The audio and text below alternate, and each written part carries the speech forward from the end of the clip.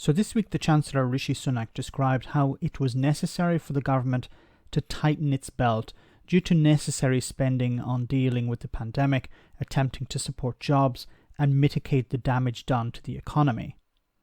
He also suggested that members of the public sector will have to tighten their belts too. Well, while the Chancellor was talking about economic hardship, there was some good news. Well, good news for Brexit fans. £29 million will be invested in a Brexit Festival.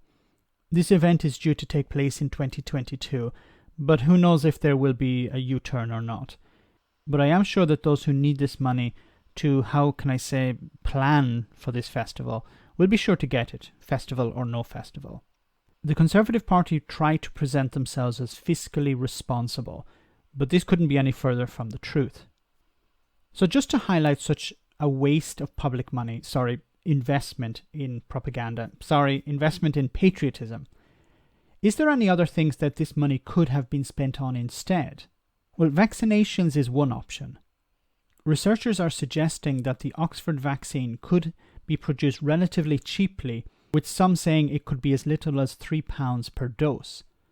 AstraZeneca said it will not sell their vaccine at a profit, so it would be available worldwide.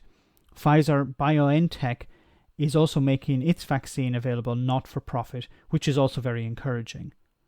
However, the Moderna vaccine could cost about £28 per dose, and the Pfizer one could cost around £15 per dose.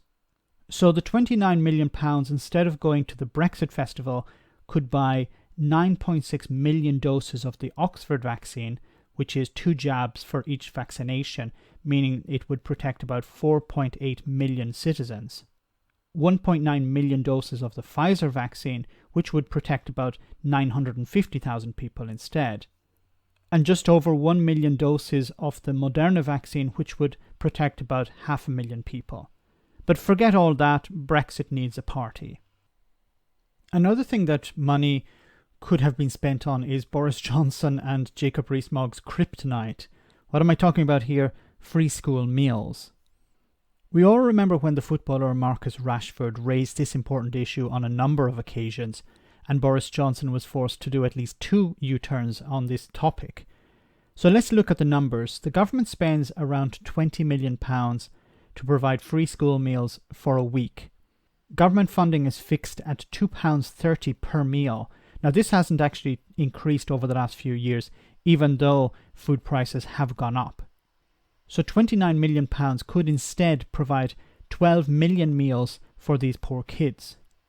It has been scientifically proven that when children have access to proper nutrition, it improves academic standards. Therefore, better prepared workers, who in turn are more productive in society. A win-win all round. But this would mean that Brexiteers don't get to celebrate at public expense. Probably one of the best ways to spend this money would be at the local level.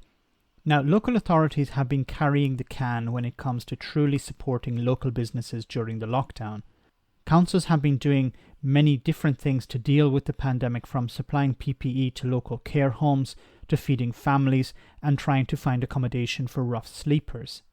This has been extremely expensive for these local governments.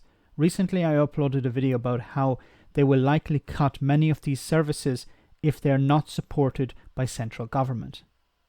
Local governments raise a lot of their finance through means that are deeply affected by the pandemic.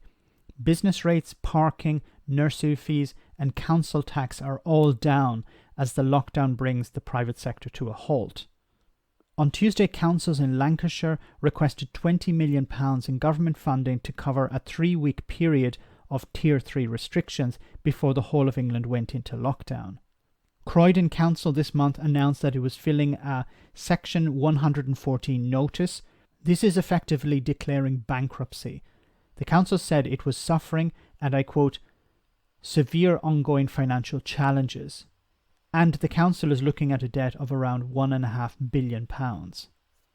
From providing vaccines to free school meals to supporting local government, even though this £29 million is a drop in a larger bucket, it would go some way to help smaller initiatives.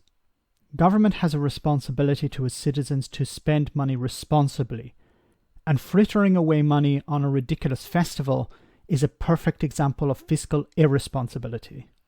While Britain burns, Brexiteers celebrate.